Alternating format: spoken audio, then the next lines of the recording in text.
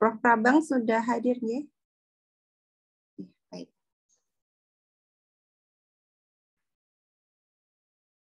Baik. Mungkin bisa kita mulai saja ya caranya. Baik. Bismillahirrahmanirrahim. Selamat pagi. Assalamualaikum warahmatullahi wabarakatuh. Salam Swastiastu, Namo Buddhaya, salam kebajikan. Selamat datang dalam acara kuliah tamu daya dukung dan daya tampung lingkungan hidup dengan tema pemetaan daya dukung dan daya tampung lingkungan hidup Ekorigin Jawa. Acara ini diselenggarakan oleh Prodi S1 Ilmu Lingkungan Universitas 11 Maret. Yang terhormat Kaprodi S1 Ilmu Lingkungan, yakni ada Bapak Prof. Prabang Setiono dan juga yang terhormat Bapak Arif Kamajaya, MSI, dari Pusat Pengendalian Pembangunan Ekorigin Jawa, Kementerian Lingkungan Hidup dan Kehutanan, yang akan menjadi narasumber kuliah umum kali ini. Serta mahasiswa S1 Ilmu Lingkungan yang saya banggakan. Baik, pertama-tama marilah kita panjatkan puji syukur atas kehadirat Allah Subhanahu wa taala yang selalu senantiasa melimpahkan rahmat, taufik serta hidayahnya. Sehingga pada kesempatan yang bahagia ini kita bisa berkumpul untuk bersama-sama menimba ilmu dari narasumber Pak Arif Kamajaya. Meski harus melaksanakan secara online, namun semoga kita masih tetap dalam keadaan yang masih sehat dan semangat. Sebelumnya, perkenalkan saya Lia Kusmaningrum, dosen pengampu mata kuliah D3 TLH. Pada acara kuliah tamu pagi ini, saya bertindak sebagai moderator. Nah, untuk memulai acara ini, marilah kita berdoa demi kelancaran acara kuliah umum kali ini. Berdoa, kami persilakan. Baik, berdoa selesai. Untuk selanjutnya ada penyambutan dari Kaprodi S1 Ilmu Lingkungan, yakni Prof. Prabang Setiono. Baik, Prof. Prabang Setiono monggo dipersilakan untuk memberikan sambutan. Ya, terima kasih. Sebelumnya, Assalamualaikum warahmatullahi wabarakatuh. Salam sejahtera bagi kita semua dan selamat pagi. Yang pertama, saya ucapkan salam hormat untuk Mas Arif Kamajaya ya di Ekorigin Jawa gitu.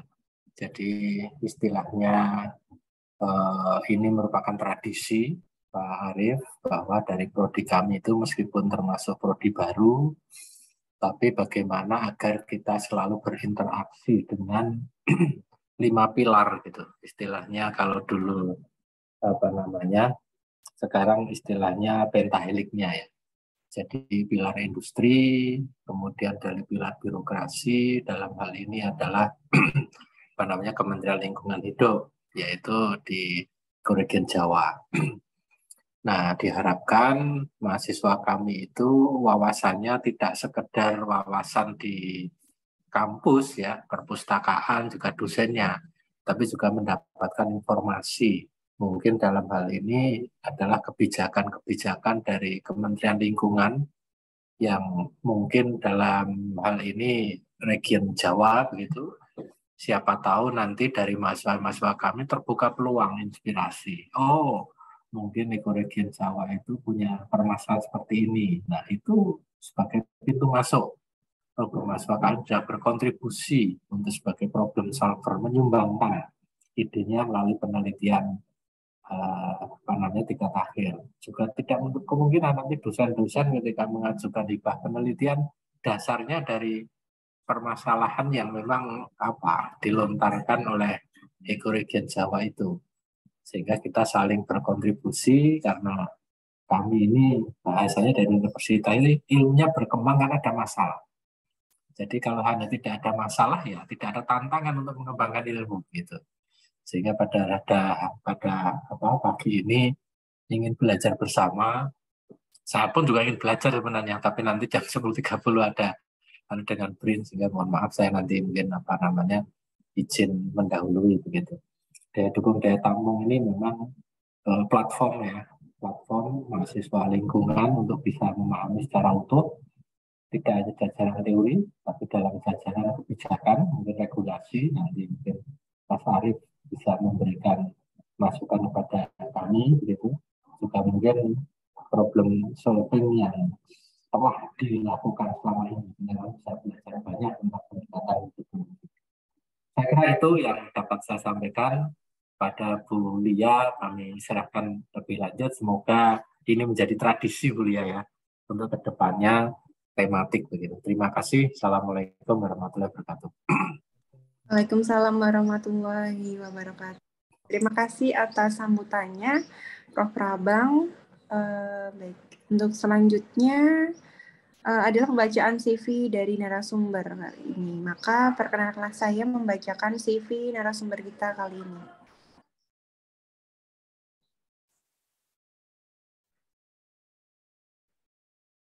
Ya, mungkin bisa di Zoom lagi.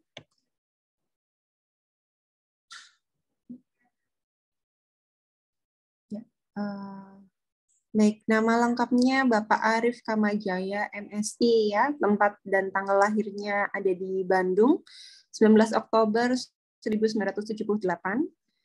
Ya, pendidikannya ternyata sarjana Fakultas Geografi Universitas Gadjah Mada, lalu dilanjutkan Magister S2-nya di Fakultas Kehutanan Universitas Gadjah Mada, begitu. Jabatannya dari staf analisis data pada program Menuju Indonesia Hijau, Deputi Pengendalian Kerusakan Lingkungan dan Perubahan Iklim, KLH pada tahun 2008 sampai 2011. Selanjutnya beliau menjadi staf analisis data subit kerusakan lahan dan akibat kebakaran hutan dan lahan, asisten Deputi Kehati dan Kerusakan Hutan dan Lahan ada KLH 2011 sampai 2015. Dan yang ketiga adalah menjadi staf analisis data pada subit hutan dan hasil hutan bidang inventarisasi, daya dukung dan daya tampung SDALH, Pusat Pengendalian Pembangunan Ekoregioner Jawa 2015 sampai 2022 ya pada tahun ini terakhir, dan dilanjutkan sekarang 2022 sampai sekarang menjadi penyuluh lingkungan hidup muda. Nah, berikut CV dari Bapak Arif Kamajaya. Ternyata sudah dari 2008 sudah berkecimpung ya di Kementerian Lingkungan Hidup.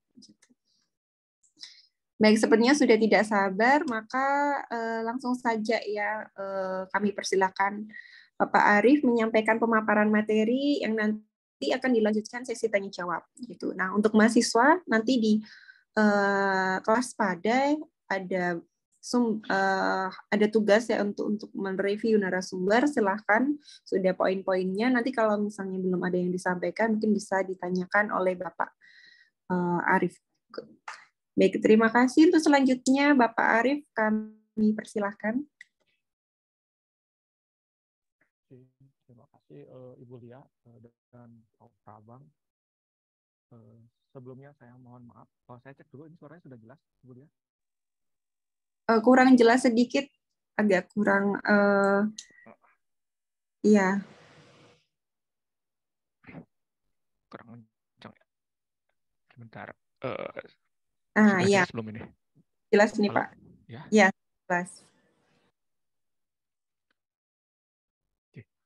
Nanti kalau kurang jelas bisa resen atau nanti di apa namanya di chat.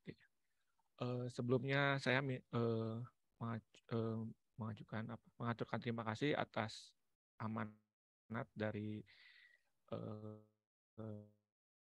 Kaprodi Ilmu atas amanatnya ini kami diundang untuk menjadi apa namanya narasumber kuliah umum terkait dengan daya dukung dan daya tampung lingkungan hidup. Kami mohon maaf sebelumnya menergaskan acara ini atau amanat ini ke kami untuk menyampaikan materi terkait dengan daya dukung. Terus mungkin langsung saya bisa mohon izin untuk share screen mungkin bisa ya, atau ada yang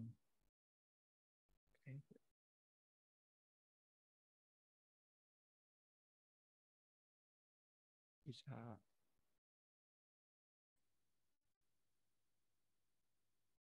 mohon izin untuk share screen ya.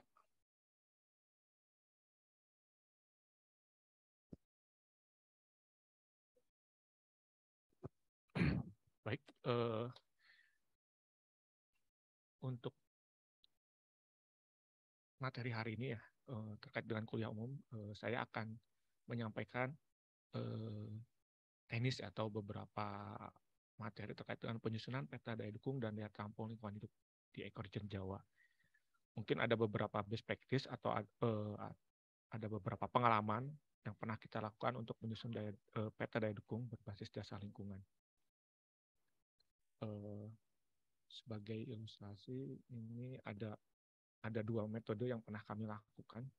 Mohon maaf sebelumnya mungkin untuk konsep, materi, dan pengantar sudah disampaikan oleh materi sebelumnya, Bulia.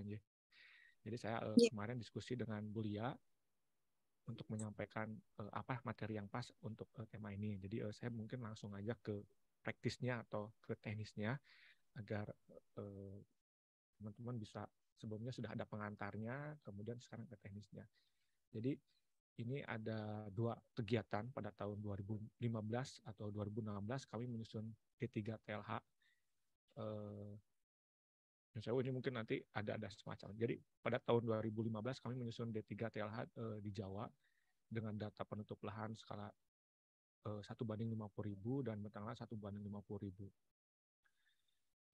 Data ini kemudian kami kami analisis dengan untuk dijadikan sebagai bahan D3 TLH dan melakukan scoring, tetapi metodenya adalah scoring hasil akhirnya dengan AHP atau analisis hierarki proses. Nah, nanti setelah ada analisis hierarki proses, kemudian dihasilkan peta 20 jasa lingkungan terkait penutup lahan, kemudian peta 20 jasa lingkungan terkait bentang lahan. Kemudian ada semacam perkalian atau rumus bagaimana dan secara spasial itu data yang kami overlay menjadi jasa lingkungan masing-masing di 20 jasa ekosistem dengan ada pengklasannya secara naturalistik. Jadi ada metode pertama ini yang pernah kita lakukan, AHP. Ini memang menjadi ini juga menjadi kemarin setelah kami analisis, kami susun, memang ada semacam, kan AHP itu adalah mencari nilai tutupan lahan yang mempunyai nilai jasa ekosistem tertinggi. Nah, itu yang menjadi jadi ada nilainya tidak ada yang sama. Jadi misalnya kita bicara sawah, itu nilainya paling tinggi penyedia pangan dibandingkan dengan kebun campuran atau ladang. Jadi ada semacam hierarki nilainya. Kemudian prosesnya bukan perkalian yang dilakukan oleh yang pada saat kedua ini, di mana kami melakukannya secara bobot, perkalian bobot, kemudian ditambah dengan perkalian antara bobot penutup lahan dengan bentang lahan. Jadi memang ada 2 metode yang berbeda yang pada saat dalam periode 2015-2022 ini penyusunan jasa D3 TLH berbasis jasa lingkungan di kami.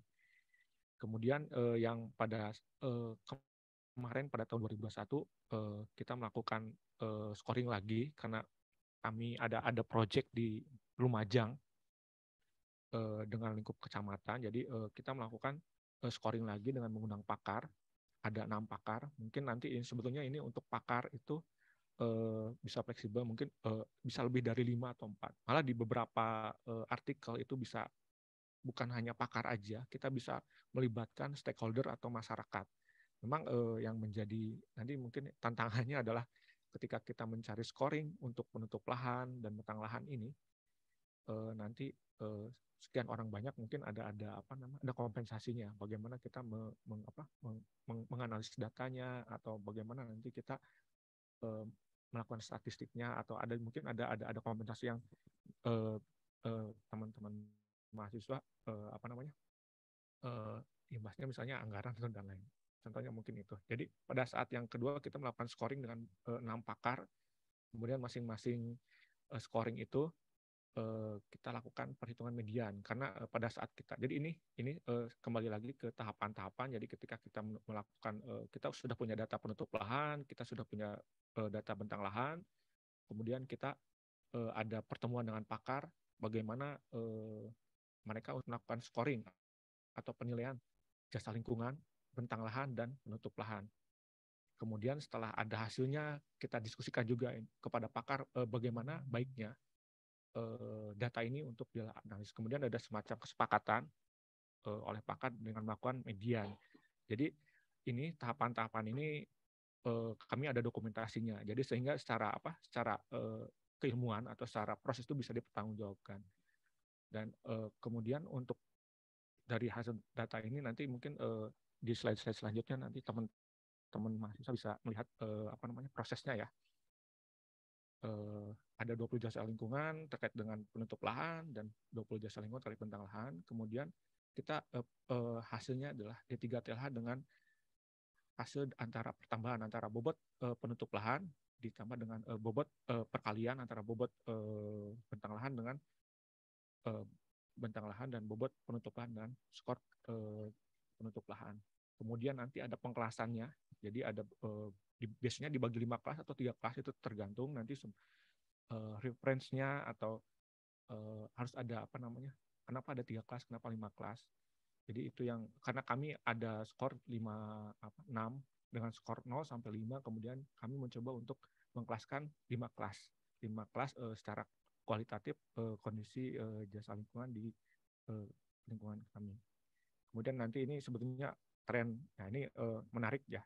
Jadi jasa lingkungan tidak hanya existing 1 tahun, kami mencoba untuk melakukan analisis selama 2 periode. Jadi kita bisa mengetahui bagaimana kondisi atau jasa lingkungan pada tahun 2015, 2017, dan 2001. Jadi nanti teman-teman kalau sudah bicara tren, kita sudah punya, ada penurunan di jasa lingkungan, misalnya terkait dengan pangan, bagaimana nanti rekomendasinya, bagaimana nanti kita penanganannya, perencanaannya. Jadi ini ada analisis ini. Karena kalau kita bicara 1 tahun, tinggi, sedang, rendah itu hanya existing aja. Indikatifnya seperti itu. Tapi kalau udah ada penurunan atau ada peningkatan di kelas jasa lingkungan yang tadinya sangat tinggi, luasannya itu sekian misalnya 100 hektar, kelas tinggi menurun menjadi 50 hektar, ini ada apa? Apakah nanti perlu kita lakukan perencanaan, bagaimana nanti mekanismenya, penanganannya. Jadi ini kenapa sekarang sudah ada ini tren analisis jasa lingkungan yang dilakukan kami pada tahun 2021. Jadi pada saat pertama kita untuk menyusun peta D3TLH ini, apa yang mau jenis jasa lingkungan apa aja yang akan kita kelompokkan. Kemudian kita merefer ke Millennium Ecosystem Assessment dengan 4 kategori ya: jasa penyedia, pengatur, sosial budaya, dan pendukung. Suaranya tidak terdengar. Halo? Ya. Halo, Bu. Sudah jelas?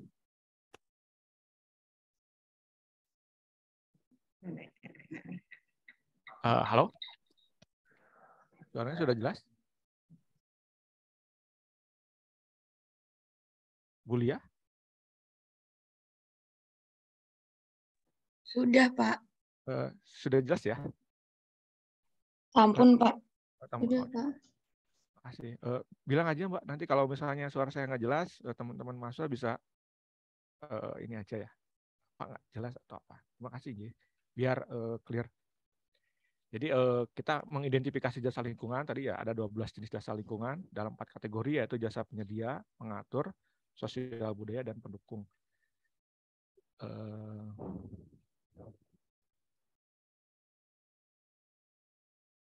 Terus untuk dari 20 jasa ekosistem itu bagaimana kita membangun ya, kita membangun input informasi dari mana aja. Ada 2 data yang saat ini yang kami lakukan, yaitu karakteristik bentang alam, yaitu dan kedua adalah karakteristik pemanfaatan ruang atau penutup lahan, intinya itu. Jadi nanti bentang lahan itu mempresentasikan proses-proses pembentukan dan keberlangsungan fungsi-fungsi alami. Jadi kita menggunakan informasi dari bentang alam ecoregion. Kemudian untuk pemanfaatan ruang kita menggunakan data informasi tutupan lahan dan penggunaan lahan. Jadi data bentang alam ini nanti sebetulnya datanya bisa diperoleh kalau sekarang ini di teman-teman BPKH ya, BPKH wilayah 11 Jawa Madura di Jogja. Jadi untuk informasi data ecoregion yang tersedia saat ini adalah skala 1:250.000. Adapun untuk di kami ya, ini yang menjadi kendala karena di kami punya data yang 50.000, tetapi karena tusinya wali datanya di BPKH, kami tidak bisa publish atau men-share secara sembarangan data-data spasial data bentang lahan di kami. Jadi kita kalaupun bersurat nanti bisa ke BPKH karena tusinya memang itu yang menjadi kendala. Jadi kami memang punya data eco-region dengan skala 1:250.000, tetapi itu untuk kepentingan internal. Kemudian untuk peta informasi tutupan lahan ini mungkin teman-teman mahasiswa bisa banyak ya, ini bisa menggunakan data Landsat dengan skala 1:250.000 atau mungkin bisa 50.000 dengan menggunakan data Landsat yang pankromatik ya. Terus kemudian Sentinel juga bisa digunakan itu datanya, atau data-data spot yang sudah dipublish. Jadi ini informasi tutupan lahan, teman-teman mahasiswa bisa bersumber dari data-data CITA yang ada di mungkin ya sekarang sudah banyak ya di internet data-datanya. Terus untuk tahap ketiga adalah kita melakukan penilaian atau scoring ya. Jadi karena pada tahun 2021 karena tingkatnya tapak, maka kita melakukan scoring dan pembuatan dengan melalui expert judgment. Jadi ada beberapa ahli yang kami undang, yaitu ahli geografi, kehutanan, peternakan, dan planologi. Ada 6 tadi. Dengan satu lagi adalah praktisi. Jadi kami mengundang beberapa ahli untuk melakukan scoring dan pembuatan melalui expert judgment ini. Jadi ini scoring jasa ekosistem penutup lahan dan bentang lahan berdasarkan panel expert yang beranggotakan 6 orang ya, dari akademisi dan praktisi. Terus nilai jasa ekosistem dihitung berdasarkan penilaian para pakar. Jadi nanti memang kami ada semacam semacam kuesioner atau ada semacam kuesioner antara satu pakar itu tergantung ini ya. Ada yang terkait dengan penutup lahan dan ada yang dengan bentang lahan. Nanti masing-masing akademisi dan praktisi ini menilai. Misalnya penutup lahan pangan, dia sawah terkait dengan pangan berapa nilainya. Nanti ada contohnya, mungkin bisa kita lihat. Kemudian masing-masing penilaian para pakar dilakukan perhitungan median untuk memperoleh satu nilai penutup lahan. Jadi karena ada 6 pakar ya ini, ada 6 pakar itu kan nilainya nggak sama. Karena dalam nanti kita akan tampilkan scoring jasa ekosistem atau jasa lingkungan di penutup lahan ada satu nilai. Kita tidak bisa ada beberapa nilai, tapi harus ada satu nilai, maka kita melakukan kesepakatan dengan pakar dengan melakukan perhitungan median. Nanti ada contohnya. Kemudian ini contohnya scoring pakar, jadi teman-teman bisa ini nanti mungkin kalau perlu nanti saya share aja ke Bulia, contohnya Bulia nanti kalau semacam, jadi ini adalah kuesioner expert scholarship based evaluation. Jadi pada tahun 2021 kami melakukan ini. Jadi ada daftar pertanyaan peran bentang lahan terhadap jasa ekosistem penyedia pangan di skala 1:50.000. Ini ada 10 bentang lahan atau bentuk lahan. Yang ini yang di sebelah kanan ini adalah penutup lahannya. Ini terkait, mungkin harus nanti sama ya, ini terkait penyedia pangan, nanti juga ini peran penutup lahan terhadap penyedia pangan. Jadi kalau di sini penutup lahannya ada 31 di skala 1:50.000 di kecamatan di Senduro dan Senduro ya di Lumajang. Nah, tiap pakar ini nanti kami kasih data ini, mereka melakukan penilaian. Misalnya ini bentuk lahannya adalah dataran kaki gunung api. Skala penilaian terhadap jasa pangannya itu tidak pengaruh, sangat kecil, sedang, besar, dan sangat besar.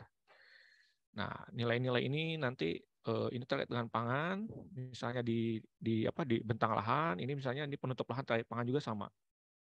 Ini ada 20 lembar, karena kan ada 20 jasa ekosistem. Yang ini juga sama, ada 20 lembar juga.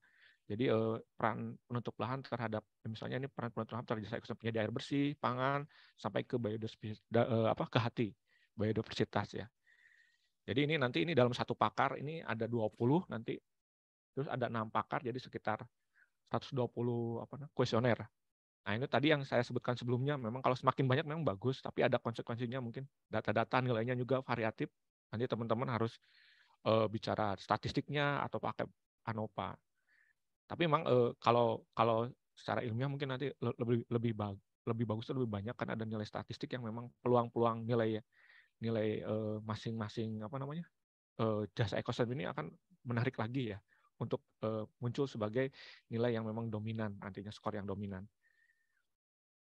Ini contohnya, jadi ketika ini sudah kami kumpulkan, sudah diisi oleh pakar, kemudian kami rekap ya. Jadi ini contohnya dengan ini contoh rekapitulasi penilaian pakar ya terkait dengan jasa pangan. Jadi ada bentuk lahan ini pakar 1 nilainya ada yang 5 ya, pakar 2 4, kemudian pakar selanjutnya. Nah, ini mungkin ini seragam ya. Jadi yang muncul adalah 5 ya. Kemudian yang kaki gunung api ini, gunung api Bromo, nilainya ya pastinya nggak tahu jauh. Jadi ini nilai-nilai yang kami peroleh dari hasil penilaian para pakar yang 6 orang itu, nilainya bervariasi. Kemudian ini terkait dengan bentang lahannya, ini yang terkait dengan air bersih ya. Tadi pangan, ini air bersih juga nanti variasi nilainya juga beda ya karena ini yang dimaksud dengan dinamika penilaian para pakar. Kemudian ini terkait dengan penyedia pangan, terkait dengan tutupan lahannya juga, ini ada 31 klasifikasi penutup lahan. Bisa dilihat ininya, skor-skornya atau penilaian dari para pakar. Terus ini dengan penyedia air bersih juga, ini penutup lahan terkait dengan penyedia air bersih. Saya ini lagi, mungkin suara saya masih jelas? Ya, lanjut nih.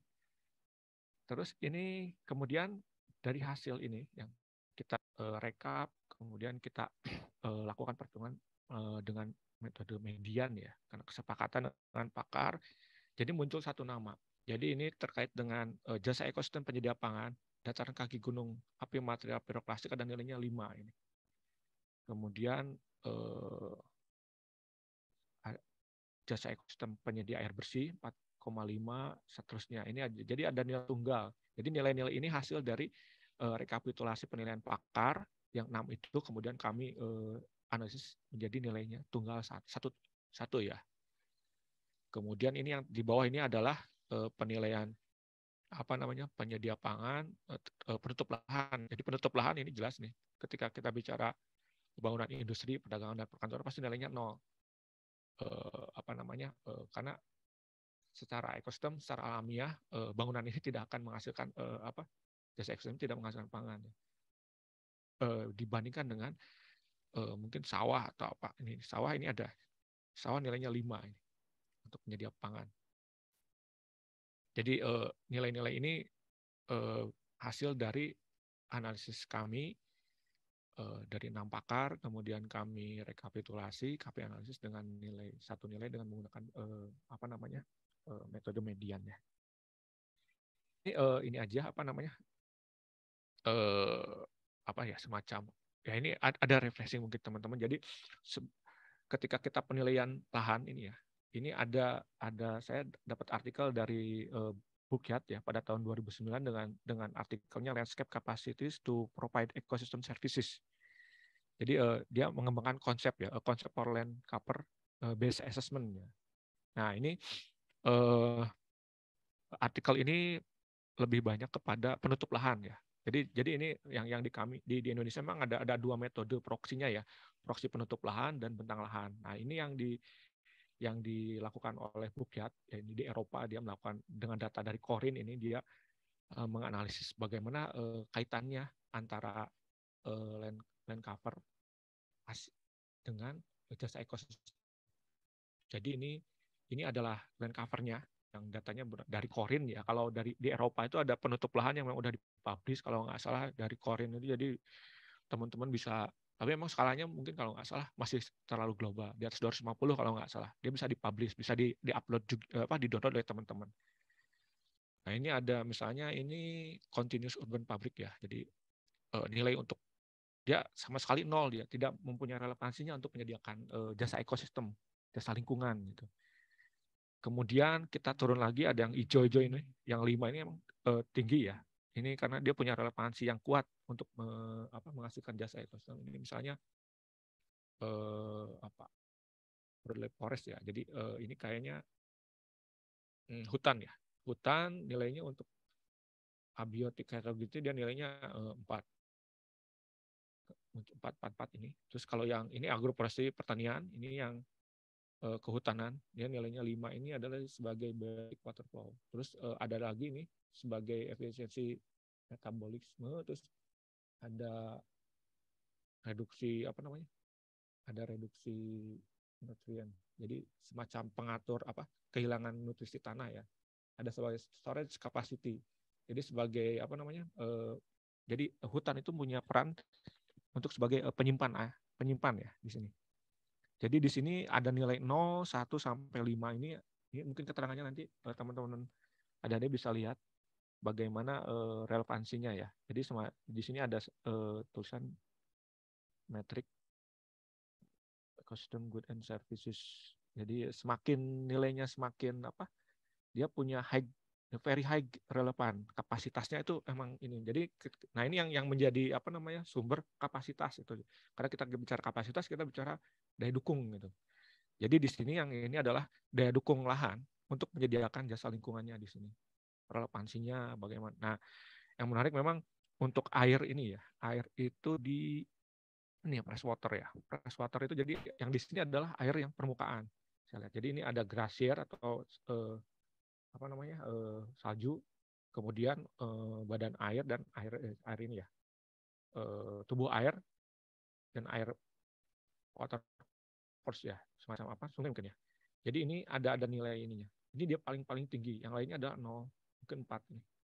Jadi dia kapasitasnya untuk penyedia air itu ada di tutupan lahannya ada hanya 3 ya. Jadi tubuh air dan salju atau glasier. Jadi kalau kita bicara penyedia air itu bukan penyedia air yang ada di dalam permukaan tanah, tapi dia lebih ke permukaan. Jadi ini konsepnya yang dikembangkan oleh Bukit pada tahun 2009 terkait dengan mengembangkan konsep kajian penutup lahan untuk menyediakan layanan jasa lingkungan. Mungkin ini nanti teman-teman bisa mencari artikelnya, bisa. Dan yang terbaru mungkin 2012 juga ada artikel terkait dengan ini. Jadi di beberapa artikel internasional ada beberapa tulisan yang memang merefer ke sini. Tetapi yang menarik di sini tidak hanya bicara ini aja ya, angka, tetapi di buku ini saya tidak ditampilkan, tapi sebagai informasi. Jadi ketika bicara pangan, beliau menghitung produktivitas pangan di sana berapa sih ininya kapasitas produksinya macam itu. Jadi tidak hanya ini secara kualitatif ininya, tetap secara kuantitatif juga ada perhitungannya. Tetapi yang pada saat ini kita di Indonesia adalah indikatif ini dilakukan perhitungan jasa ekosistem secara kualitatif. Ini contoh kajian ya di beberapa artikel ini di testing the applicability ecosystem service mapping method for peri-urban ya. Jadi di Paris ini teman-teman ini artikel ini menyebutkan bahwa dia punya klaster ya. Jadi ada beberapa penutup lahan, apa aja sih spesiesnya di sana. Kemudian ada site-nya. Nanti dari sini itu mereka melakukan kajian jasa ekosistem apa aja sih yang mereka peroleh. Nah, ini hasilnya ini. Jadi ini ada Korean land cover type. Jadi ini tutupan lahan yang dari Korea ya, dari Eropa itu. Jadi mereka punya data spasial yang bisa open access. Ada nilainya ini. Jadi ini angkanya ini. Skornya gimana skor dari hasil penilaian yang tadi dari Bukit ini di-refer oleh teman-teman yang di sini pada tahun 2017 ini malah. Dari 2009 sampai 2017 sudah ada masih ada perkembangan terkait dengan jasa ekosistem ini, jasa lingkungan. Jadi mungkin nanti teman-teman bisa juga kalau bicara kota memang ini bisa sebagai ide, karena yang jadi tantangan adalah jasa ekosistem ini umumnya kalau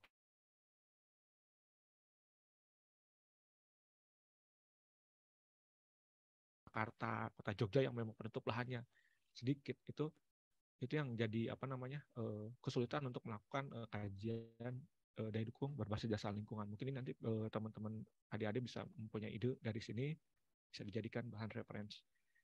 Terus ini yang pakar tadi ya, mungkin yang pakar tadi kan mohon izin ini suaranya masih jelas nggak?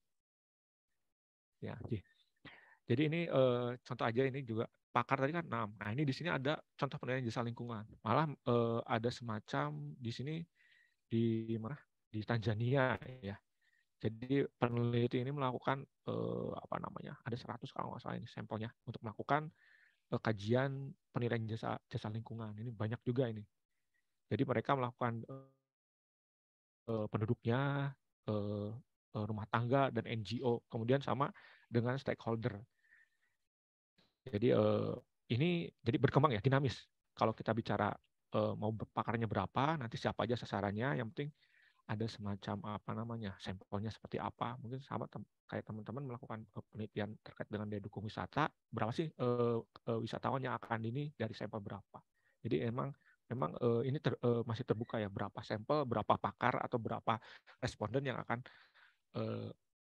menilai skor ya jasa lingkungan terkait dengan D3TLH ini.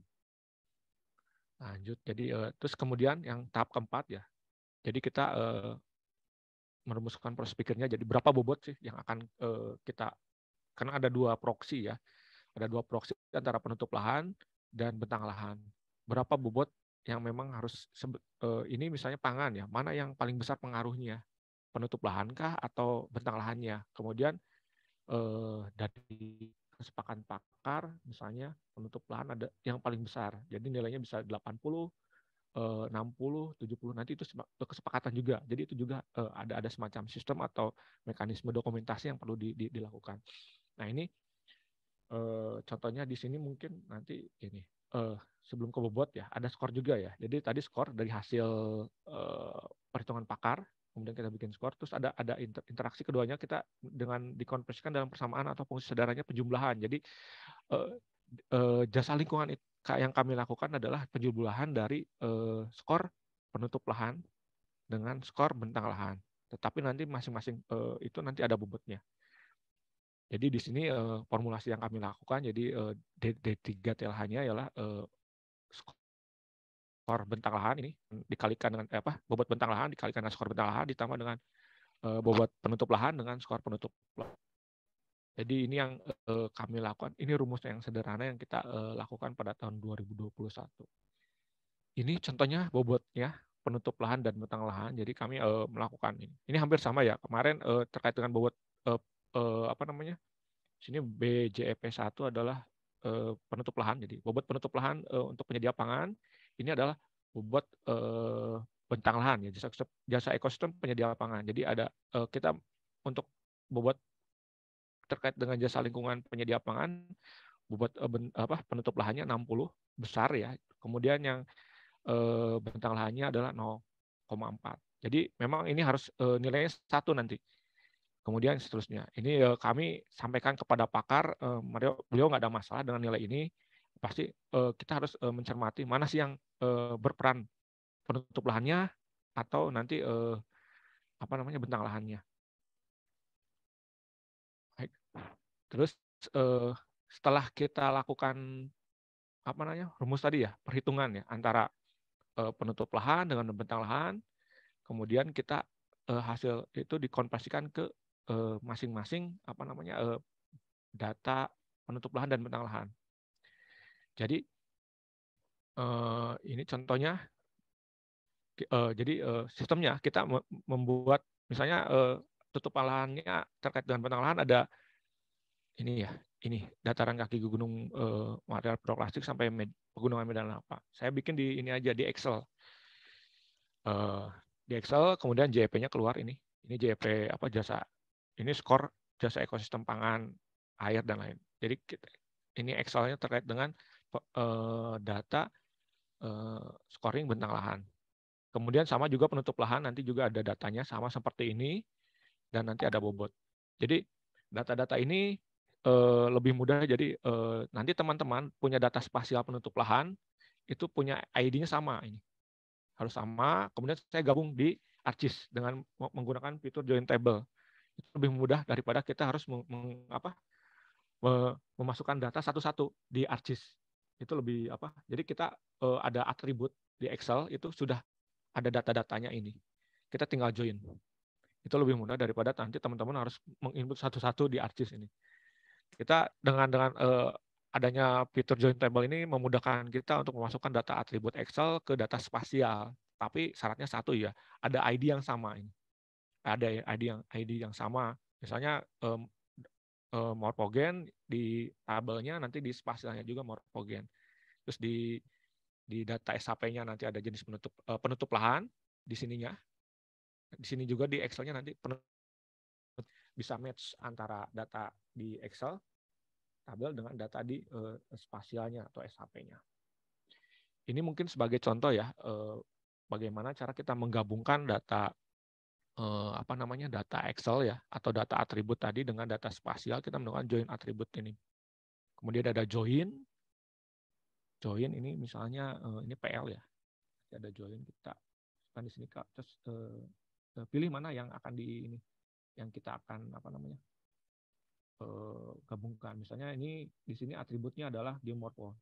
Nah di sini juga yang Excel harus sama. Jadi datanya nanti bisa match antara data di spasial dengan data di Excel. Kemudian kalau sudah gabung nanti teman-teman bisa save as. Save as jadi data terbaru. Karena kalau nggak di save as, join aja itu masih datanya temporary. Ketika itu datanya ditutup lagi, Excel-nya tidak akan gabung. Jadi nanti perlu hati-hati. Tapi kalau sudah terbiasa untuk, saya lupa masih bisa join lagi, nanti kita nanti SAP-nya kita save as lagi menjadi data yang terbaru. Mungkin kalau ada ini pertanyaan bisa teman-teman bisa bertanya langsung, nggak masalah. Jadi diskusi bisa lebih terbuka. Ini penggabungannya di Excel, kemudian ini adalah skor jasa penutup lahan. Jadi setelah kita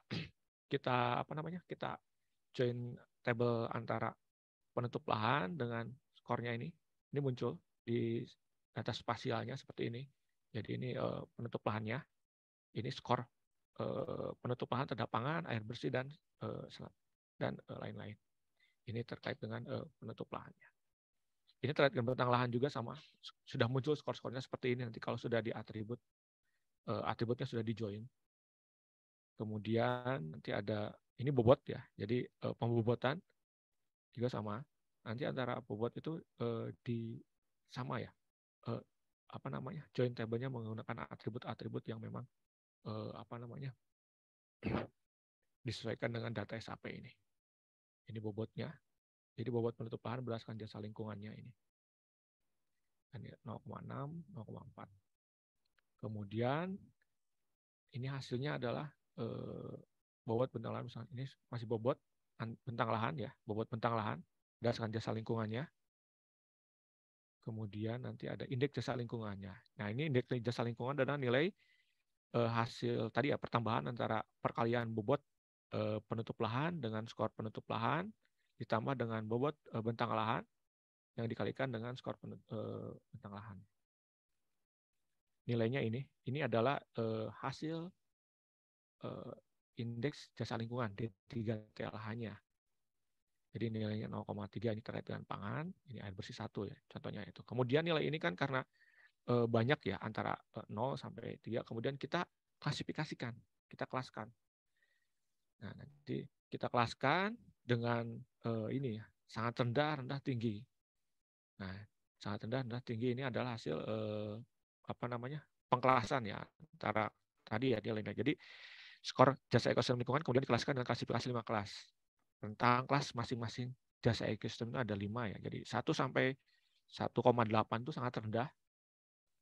1,81 sampai 2,6 itu rendah, kemudian ini 4 sampai sangat tinggi. Nah, ini yang nanti jadi atribut yang akan kita lihat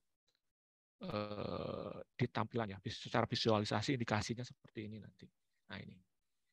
Jadi ini contoh yang di Lumajang ini, jadi yang hijau itu biasanya sangat tinggi ya jasa ekosistemnya. Ini pangan, kemudian ada 20 jasa ekosistem ini terkait dengan air, ada pengaturan iklim, ini R1, terus ada R2, pengaturan tata air, sampai D4 itu biodiversitas sukati. Jadi ini tampilannya bisa kita mengklasifikasikan bahwa daerah ini, misalnya merah ini sangat rendah ya, yang oranye ini rendah, sedang, yang hijau muda itu tinggi, Terus yang yang hijau tua itu sangat tinggi. Jadi ini pengelasannya secara kualitatif bahwa dari sini kita melihat bahwa ini adalah daerah di mana punya peran dalam penyediaan jasa ekosistemnya pangan itu sangat tinggi.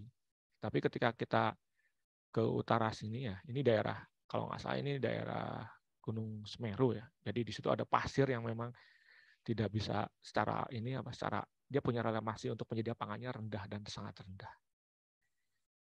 Ini air juga nanti sampai ke D4. Jadi ini tampilan distribusi spasial jasa lingkungan dari 20 jasa ekosistem jasa lingkungan yang kami lakukan pada tahun 2021. Jadi di sini ada pertanyaan mungkin saya ini dulu aja atau saya boleh apakah selesaikan dulu atau nanti ada diskusi gimana Bu? Suaranya belum terdengar Bu.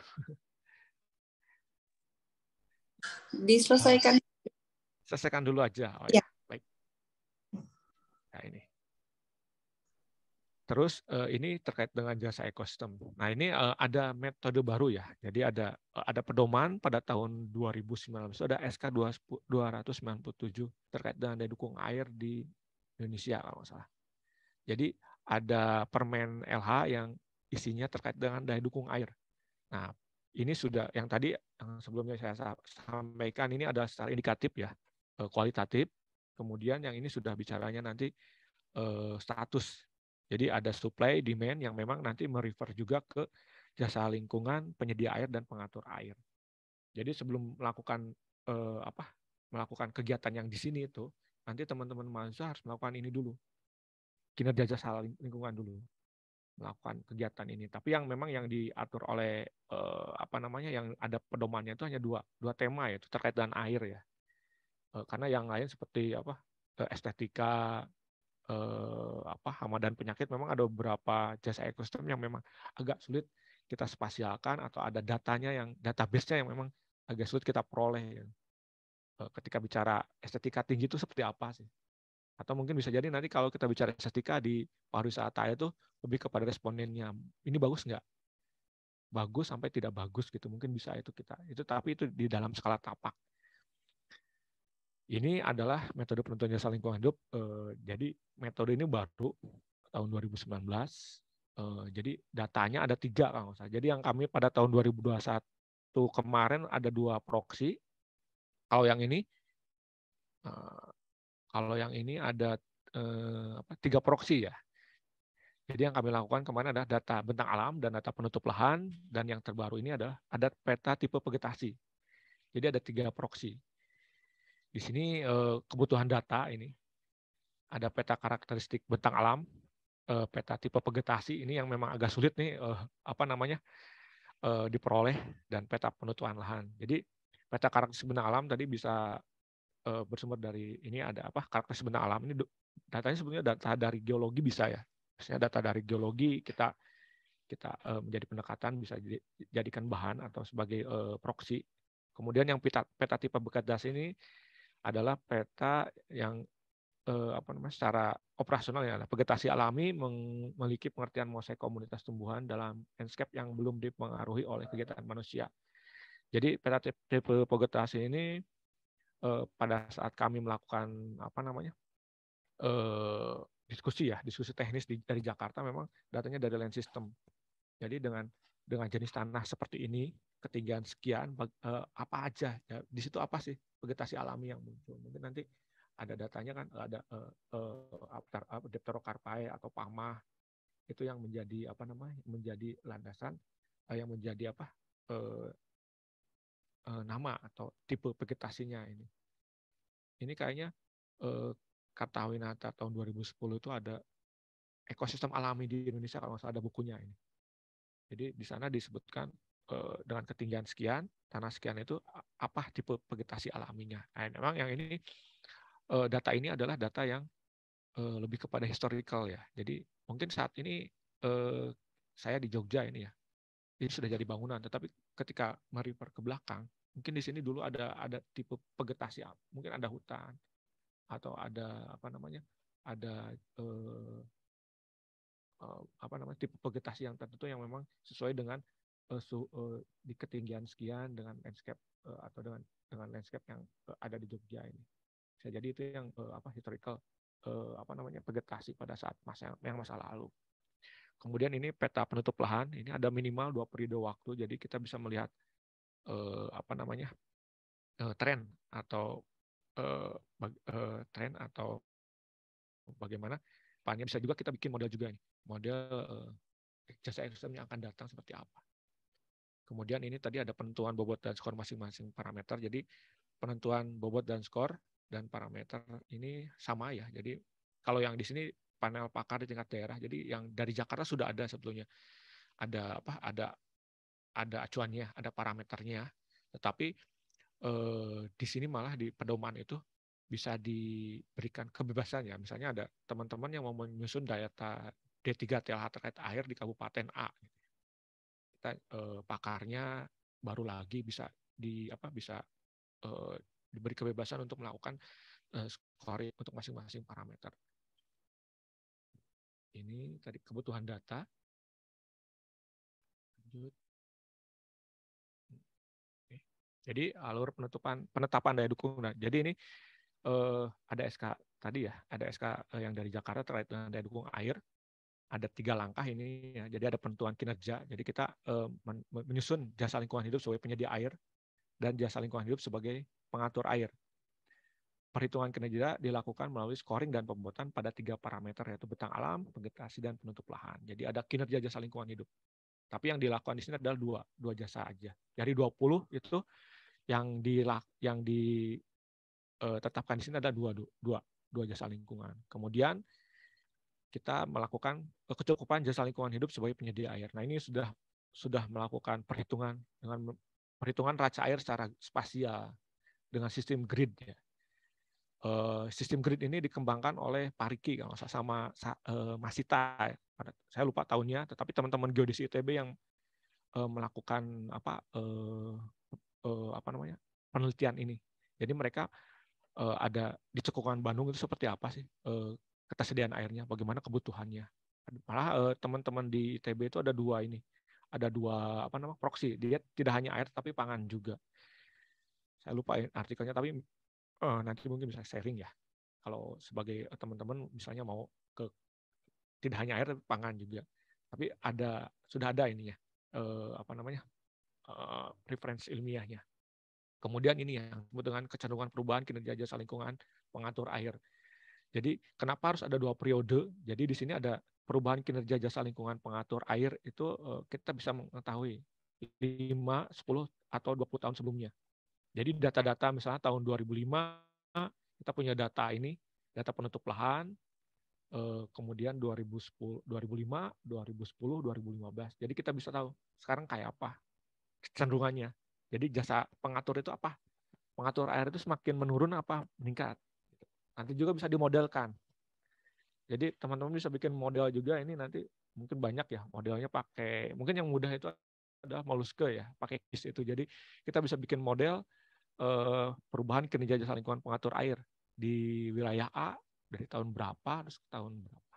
Ya, jadi ketika ada kecenderungan berarti tahun sekian misalnya tahun 2030 ya semakin menurun ini. Tapi kita melihat ada nggak intervensi kebijakannya, ada nggak ada nggak tidak perencanaan, ada nggak rencana pengelolaan dan pelindungannya. Itu kalau di situ tidak ada sistem maka pengatur air akan turun dan itu nanti akan berimbas kepada data ini raca airnya. Jadi ini bisa jadikan sebagai bahan juga nanti teman-teman mahasiswa untuk melakukan penelitian juga ini. Jadi tidak hanya nanti sistem gridnya secara kuantitatif ada nilainya, statusnya terlampaui dan tidak terlampaui, tapi kita juga bisa mengetahui kecenderungan pengatur air di kabupaten ini akan mengalami penurunan. Ketika mengalami penurunan, bagaimana ini rekomendasinya? Tadi alurnya. Nah ini penyempurnaan yang 3 proxy tadi ya. Jadi ada bentang lahan, ada tipe vegetasi, dan peta penutup lahan. Ini yang sudah ada dari Jakarta ini datanya. Ada hitung kinerja jasa lingkungan, yaitu klasifikasinya sangat tinggi, sedang, rendah, dan sangat tengah. Nah ini yang saat ini memang yang menjadi tantangan bahwa di Jawa ini ada beberapa mungkin provinsi DIY sudah melakukan ini juga D3TLH terkait ini dengan pakai grid, tapi gridnya memang hampir sama dengan yang dilakukan oleh Jakarta ya. Gridnya kalau salah 30/30. Jadi skala. Nah yang menjadi tantangan adalah ini kabupaten dan kota. Jadi di beberapa kami pengalaman di P3EJ sering diundang untuk melakukan pembahasan D3TLH kabupaten.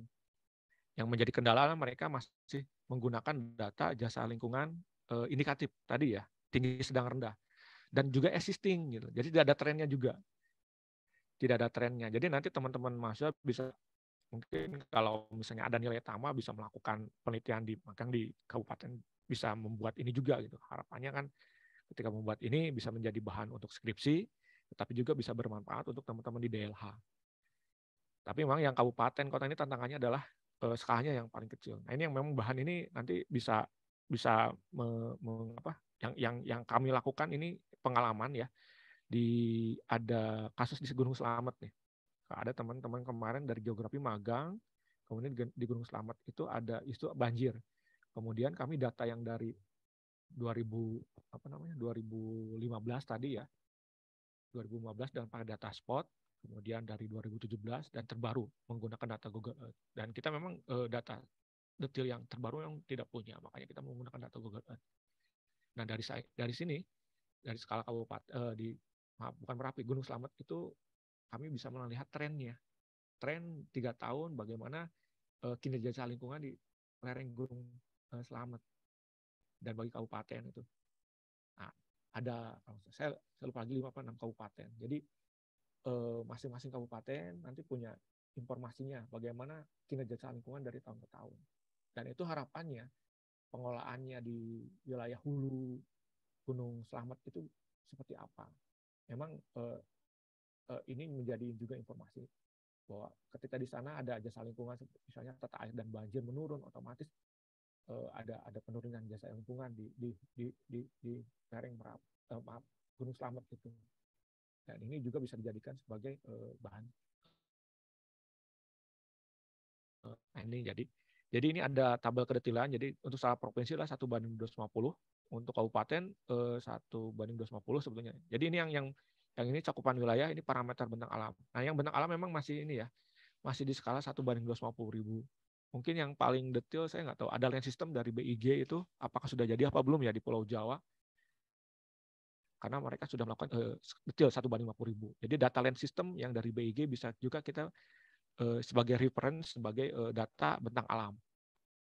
Saya belum tahu ada informasinya ini terbaru apa sudah jadi apa belum. Memang kemarin informasinya data land system masih ada di mana yang harus diselesaikan antara Sumatera dan Kalimantan. Jawa ini kalau nggak salah 2023 apa 2024 ini akan selesai. Tapi mudah-mudahan mungkin nanti bisa teman-teman kalau misalnya ada informasi ke BIG ini bisa mengetahui land system di skala 50.000 apa sudah publish apa belum. Ini bisa jadi data tentang alam ini. Kemudian yang vegetasi alami memang ini agak susah. Karena yang masih ada adalah datanya skala 1:250.000. Ini sampai detail pun kita akan susah untuk melakukan tipe-tipe vegetasi di skala tapak ini. Karena kalau kita bicara tapak mungkin udah bicara spesies atau ordonya paling rendah, itu agak susah. Tapi memang yang dominan adalah data bentang alam dan data penutup lahan. Nah ini untuk skala kota paling kecil adalah 25.000 untuk data untuk peta ini ya, di 3TLH ini. Nah ini yang peta ini yang untuk kota. Tapi sekarang malah kebutuhan data D3TLH ini malah sudah ke RDTR nih, rencana detail tata ruang. Kalau udah bicara rencana detail tata ruang sudah bicara 1:5.000 ini yang menjadi tantangan ini. Karena data yang ada yang di institusi BPKH dan kami itu masih di skala banding 50.000. Jadi nanti ini bisa gap ini bisa diisi oleh teman-teman di akademisi ya. Akademisi ini menjadi peluang ketika bicara. Nah, kalau kita bicara data RDTR itu nanti merefernya bisa ke data tadi ya, perhitungan landscape-nya yang artikel-artikel itu banyak juga ya di tingkat tapak terkait dengan jasa ekosistem.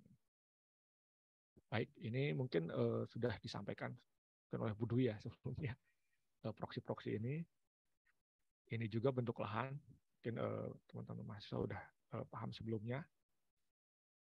Ini contoh analisis indikatif tadi ya. Jadi permukiman dengan dataran fluvial, dengan tipe vegetasi ternak, bagaimana daya dukung pangannya.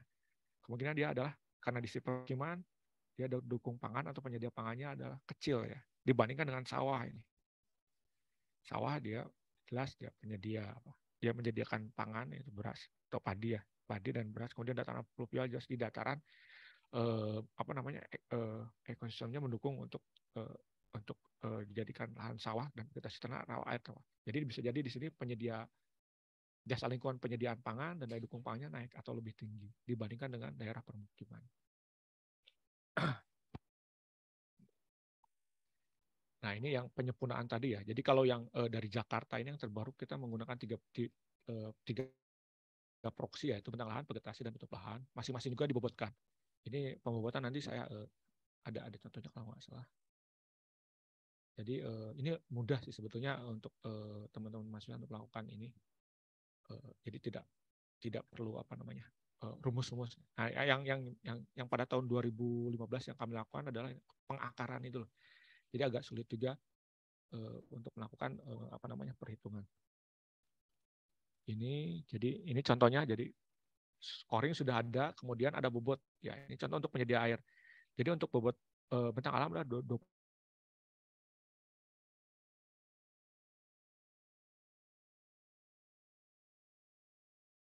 Terus skor tadi ya 1 sampai 5, nanti juga ada pengkelasannya mungkin terkait dengan jasa lingkungan penyedia air ini. Ini grid ya tadi saya sebutkan. Jadi ada grid merefer ke geospasial nasional. Nah, ini dari yang ini adalah skalanya ya Pak. Jadi yang skala provinsi ini aja 30/30. Ini yang dilakukan oleh teman-teman Jakarta yang pusat dan provinsi. Nah, ini yang harus dilakukan adalah 5/5 ya. Gridnya. Ini mungkin teman-teman nanti bisa merefer ke Pak Riki ya dan Mas Sita ini pada tahun 2011 2012 itu melakukan analisis daya dukung, saya lupa lagi, penyedia air atau pangan dengan melakukan sistem grid ini. Kenapa sistem grid? Karena lebih ini ya. Alasannya karena sistem grid multiskala ini lebih mengakomodir data multiskala ya. Ya meskipun sebetulnya kalau kita bicara overlay itu data spasial itu harus sama skalanya. Karena ada data yang memang tidak bisa penutup lahan untuk skala tapak mungkin ada, tetapi kita bicara data tipe vegetasi atau ecoregion itu masih di skala 250.000. Dengan data ini, kredit ini harapannya bisa diakomodir untuk analisisnya. Makanya bisa multi resolusi kelebihannya. Dan ini ada sistem penomoran atau ID. Jadi masing-masing ini grid ini seperti kayak kita punya peta rupa bumi, ada kodenya masing-masing. Dan memang kenapa ada grid? Harapannya ketika kita bicara di tingkat kabupaten, grid itu bisa digabungkan dengan data-data sekitarnya dan kemudian ke tingkat provinsi. Jadi data grid ini bisa dinaikkan skalanya ke tingkat provinsi dan tingkat nasional. Hanya seperti itu. Kemudian ini apa sih kebutuhan data yang terkait dengan grid ini tadi ya, data jumlah populasi di tiap kabupaten atau provinsi dan kota, kemudian data ketersediaan air. Ini data-datanya karena sistem grid ini ya untuk kinerja jasa lingkungan atau DDT3, daya dukung daya tampung lingkungan hidup, penyedia air ini berbasis data air permukaan.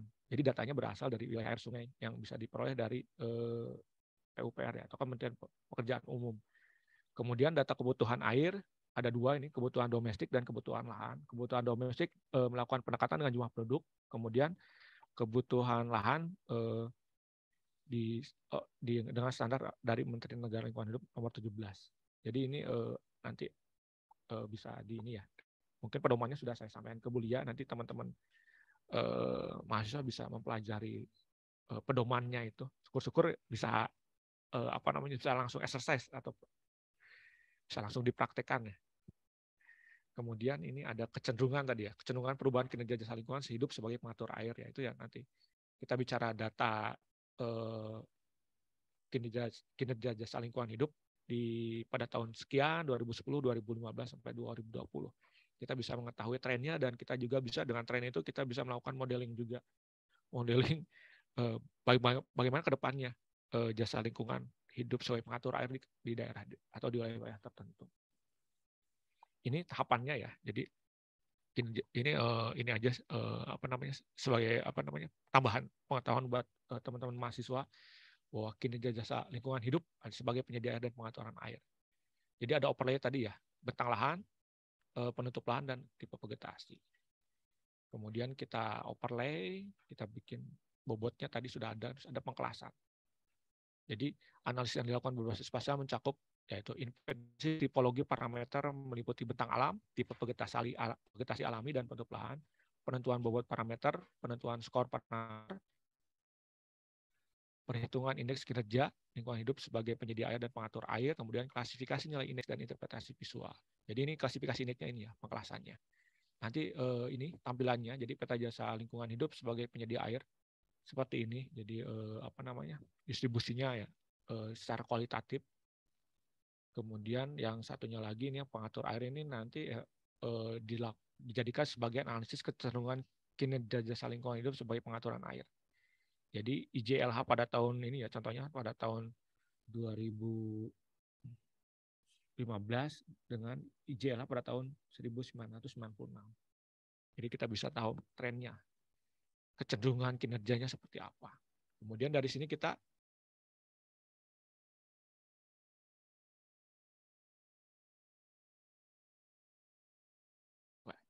di sini ada perhitungan ketersediaan air tiap grid nih. Jadi data ini langkah yang dilakukan adalah sebagai identifikasi wilayah aliran sungai. Jadi karena ini data dari wilayah aliran sungai, kita harus tahu wilayah kabupaten daerah wilayah aliran sungainya di mana. Biasanya di situ ada data kalau nggak salah debit aktual ya. Jadi ada datanya. Jadi dari sini kita akan menghitung distribusi ketersediaan air tiap grid. Jadi misalnya dalam satu kabupaten itu ada wilayah sungai, dia masuk 10 grid ya, atau 100 grid. Nah, ternyata ketersediaan airnya adalah di sana kira-kira 100 juta meter kubik. Nah, masing-masing grid itu yang hampir sama, luasannya itu akan sama nilai-nilainya. Karena ini penyedia air, yang tadi saya sebutkan juga di Bukit bahwa penyedia air itu ada hubungannya dengan air permukaan ya, bukan air tanah aja. Itu yang menjadi catatan. Karena nanti biasanya kok ini nanti mungkin ada semacam pertanyaan juga ini, mumpung saya belum lupa ya. Jadi di sini airnya banyak, Pak. Oh iya betul, karena airnya dari sumur gitu loh. Tapi kalau kita bicara air permukaan itu di sana memang tidak ada, karena di situ tidak dilewati oleh sungai dan itu bukan tubuh air. Kemudian ini perhitungan tiap grid nanti ya, menghitung air rumah tangga ini sebagai kebutuhan ya. Jadi ada kebutuhan air rumah tangga dan lahan ya, jumlah populasinya. Kemudian identifikasi nanti, jadi masing-masing itu nanti ada ketersediaan air dan kebutuhan yang telah kita peroleh. Jadi ketika ada ketersediaannya di sana dalam satu grid berapa, kebutuhannya berapa. Nanti kita bisa kita bisa tahu berapa sih di situ ya kondisi airnya. Makanya ada selisih ya, selisih kebutuhan air tiap grid. Jadi misalnya dalam satu grid itu, ini contohnya ya, ketersediaannya 100 gitu loh. Dan kebutuhannya mungkin 200. Berarti itu sudah terlampaui karena antara ketersediaan dan kebutuhan ada minus 100. Tapi ada juga di satu lain gridnya itu dia ketersediaannya 100, tapi kebutuhannya 10. Berarti masih ada surplus 90 airnya di sana. Nah, ini jadi secara spasialnya seperti ini divisualisasikannya. Jadi ini mungkin detailnya ini. Nah, ini jadi detailnya di paparan saya ya. Ini tadi sudah ada nama overlay, kemudian ada peta jasa lingkungan ini ya. Ini klasifikasinya 1 sampai 1,8 sampai 5 ini. Ini hasilnya. Tampilan visualisasinya, yang ini yang pengaturan air. Ini, nah ini tadi ada contoh ya. Ini bobot jasa lingkungan penyedia air di Pulau Jawa. Jadi kalau ini tipe vegetasinya, skornya ada 2 ini. Untuk vegetasi hutan batuan ultrabasah pamah. Nah ini tipe-tipe vegetasi yang memang alami ya, historil. Tetapi bisa jadi secara spasial ada datanya di sini, tetapi sekarang menjadi permukiman, menjadi sawah.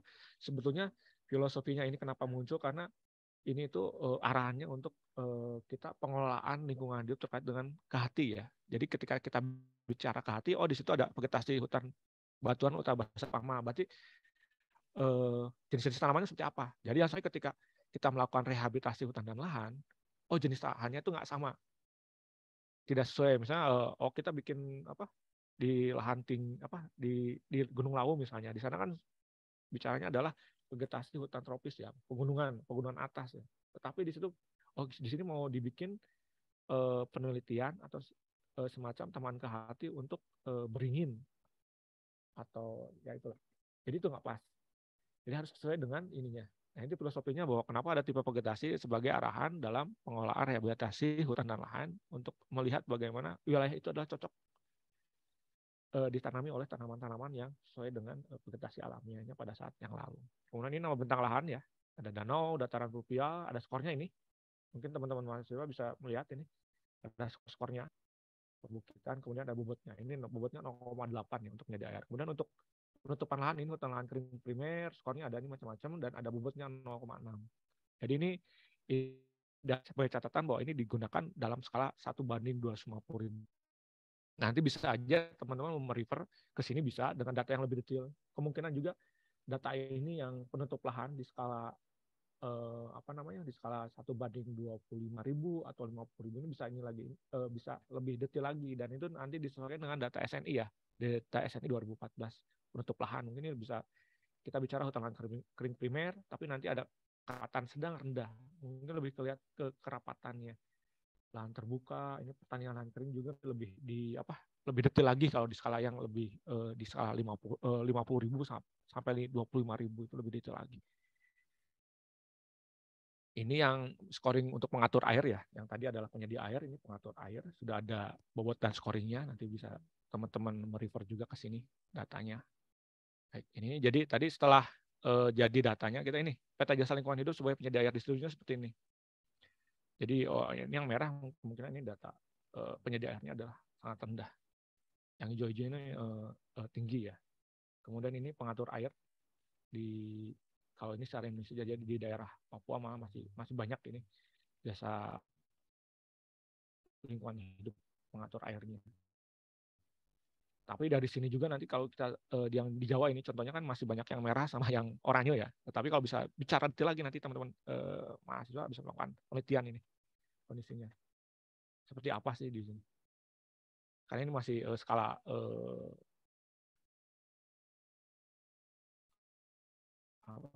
skala 250.000. Ini tadi ya perhitungan ketersediaan air tiap grid. Ini jadi yang tadi saya sampaikan itu lebih satu slide ya. Ini mungkin saya besarkan lagi biar teman-teman bisa melihat secara jelas ininya. Ini terus, nah ini tadi ya. Jadi warna tiap area merepresentasikan 1/3 per grid ini. Jadi ketika mengidentifikasi wilayah yang terlampaui maupun yang belum terlampaui tiap grid, nilai negatif minus mengartikan ketersediaan air di grid tersebut terlampaui. Jadi ya, kalau negatif tadi ya, ketersediaannya 100, kebutuhannya 200 dalam satu grid ini. Jadi itu adalah negatif, ya, terlampaui. Tetapi kalau kalau yang kuning ini ya positif, berarti belum terlampaui. Dan ini kalau kita bicara sistem juga ya, karena pasti ada satu sisi di mana wilayah itu defisit, tapi ada juga wilayah lain yang surplus. Nah, nanti memang kita bicarain dalam satu grid sistem tertutup. Nah, sistem tertutup. Tapi kalau kita bicara secara spasial lagi, ada sistem juga yang surplus nanti bisa mendukung wilayah-wilayah yang memang defisit gitu. Oh, ini masih ada ininya. Masih ada sistem yang bisa mendukung wilayah-wilayah yang dari surplus ke defisit. Ini contohnya mungkin itu terkait dengan, nah ini pemanfaatan informasi D3TH mungkin sudah disebutkan oleh Bu Dwi sebelumnya. Jadi data-data ini memang untuk RPPLH, izin lingkungan, KLHS, dan kajian tematik. Mungkin KLHS ya. KLHS itu ada KLHS RPJMD dan KLHS RTRW. KLHS RTRW sudah ada permennya yang nomor 1. Hanya itu juga karena saat ini RPPLH memang belum beberapa kabupaten belum ada ya. Jadi mereka melakukan kajian 6 muatan, salah satunya adalah daya dukung dan kinerja jasa lingkungan. Itu yang masih ada. Yang lainnya mungkin terkait dengan biodiversitas. Jadi ini data pemaparan informasi D3. Terus ini peta daya dukung air, mungkin contoh pemetaan dan perencanaan. Jadi bisa peta daya dukung dan daya tampung air itu. Terus pengelolaan RPLH juga, KLS untuk RT RW, arahan struktur ruang, arahan pola ruang. Jadi kita bisa melihat di situ ada industri, tetapi jasa ekosistem penyedia airnya tinggi, ya harus hati-hati. Gitu. Atau di sana airnya untuk permukiman, tetapi kok airnya kecil, ya berarti bagaimana nanti mekanisme pemanfaatan airnya, bagaimana memperoleh airnya dari sana. Jadi arahan pola ruang, arahan kawasan strategis.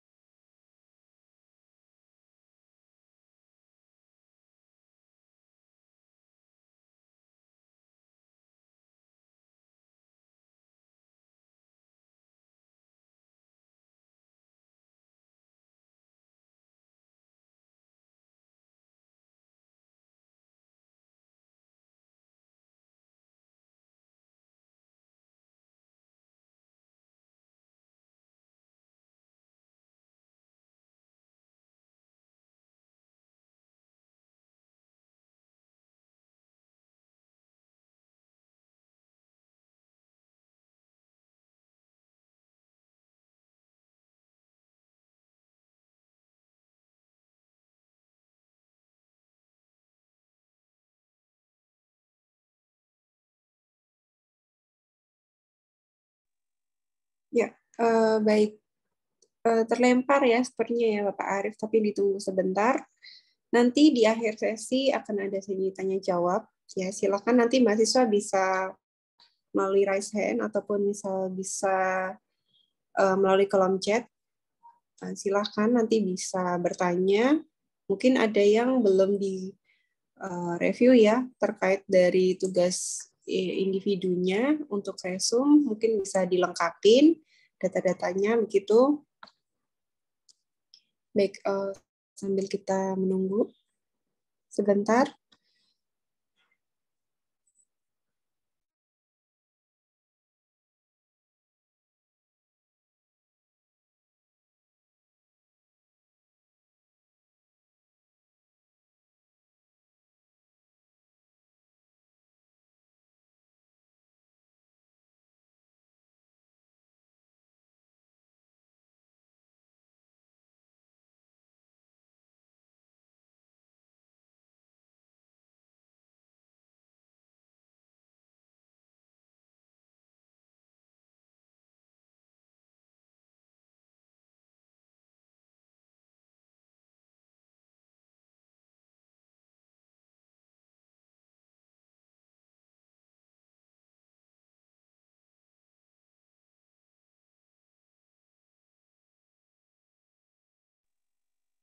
Dan nanti di akhir acara kita ada foto bersama, jadi bisa nanti mahasiswa silakan on cam ya. Nanti dari foto bersama tersebut nanti akan saya sesuaikan dengan Google Formulir yang sudah saya kirim. Apakah memang betul ikut atau tidak? Baik, alhamdulillah ini sudah hadir lagi. Arief Majaya ya. Baik Bapak, mungkin bisa dilanjutkan. Mungkin nggak banyak, ini masih lagi. Mohon izin untuk ini bisa ada screen-nya.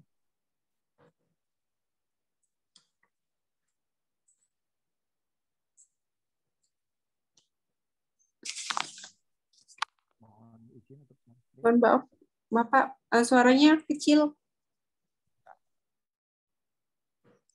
Mohon izin untuk share screen. Oh iya, baik. Sebelumnya sudah ini sih tadi apa terkait mana ya? Oke.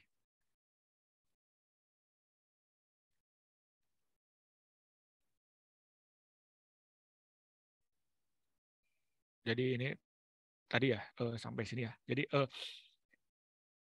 informasi D3 TLH ini memang apa?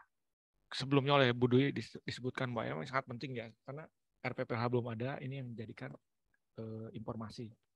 sebagai informasi juga ini. Jadi teman-teman yang di mana yang menyusun KHS ini nih, ketika melakukan verifikasi ya di tingkat misalnya di provinsi, ketika ke Jakarta itu suka ditanya ada datanya nggak, D3TL-nya seperti apa.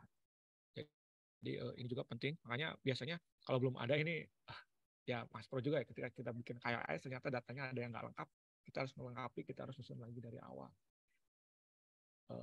Ya tadi informasi aja di DIY itu ada beberapa kabupaten seperti Kulon Progo, Kabupaten Bantul, dan Provinsi DIY sendiri sudah melakukan penyusunan D3TLH. Dan itu sudah sesuai dengan pedoman yang ada dari Jakarta. Mungkin itu aja paparan dari saya ya sebetulnya. Jadi nanti bisa ke diskusi Bu Lia ya, teman-teman bisa ada yang mau ditanyakan. Jadi kita bisa sharing pengalaman atau sharing pengetahuan. Dan saya terbuka juga nanti kalau misalnya, ya tadi mungkin saya sebutkan juga beberapa tantangan ya. Di 3TLH ini di kabupaten yang ada di Jawa mungkin belum banyak. Jadi itu bisa teman-teman bisa dijadikan sebagai peluang untuk memfasilitasi atau menyusun kajian D3TLH di tingkat kabupaten. Satu lagi mungkin informasi juga bahwa P3EJ memang melakukan fasilitasi untuk informasi data spasial D3TLH, D3TLH, penutup lahan dan ecoregion, data spasialnya ada di BPKH wilayah 11. Ya, sebenarnya di sana juga teman-teman terbuka untuk melakukan share juga data dan lain-lain. Mungkin di sana juga ada informasi kabupaten mana yang melakukan kajian D3TLH. Mungkin itu aja Bu Lia dari saya. Nanti kita lanjutkan dengan diskusi. Terima kasih untuk kesempatannya. Assalamualaikum warahmatullahi wabarakatuh. Saya kembalikan ke Bu Lia. Monggo Ibu Lia. Baik, Waalaikumsalam warahmatullahi wabarakatuh. Terima kasih sekali atas pemaparannya, iya Bapak ya. Ternyata sangat informatif dan ada terbaru ya terkait dengan tadi ada sistem menggunakan median dan juga ada sistem menggunakan peta grid gitu ya. Jadi memang lebih detail lagi. Gitu. Baik. Untuk selanjutnya dibuka sesi tanya jawab. Mungkin bisa silahkan bisa raise hand ataupun melalui kolom chat. Silahkan mahasiswa untuk bertanya terkait D3TLH, sebetulnya ketika di lapangan bagaimana gitu, atau misalnya ada kendala seperti apa gitu ya. Ya, baik, silakan bertanya. Oh ya, ada satu pertanyaannya ya. Mungkin nanti bisa oh ya, ada beberapa menyusul. Baik. Dari saya langsung saja dari Abel Surya Mahendra dengan NIM M082102 izin bertanya. Dalam analisis untuk mendeteksi perubahan atau change detection analysis pada tutupan lahan, berarti juga dengan menggunakan teknologi penginderaan jauh atau remote sensing juga ya Pak. Dengan rentang waktu lebih dari 2 periode begitu. Ini mau dijawab langsung atau bisa disimpan, Bapak? Ibu Dia bisa saya jawab langsung aja nih. Jadi tadi pertanyaannya terkait dengan change detection ya, perubahan.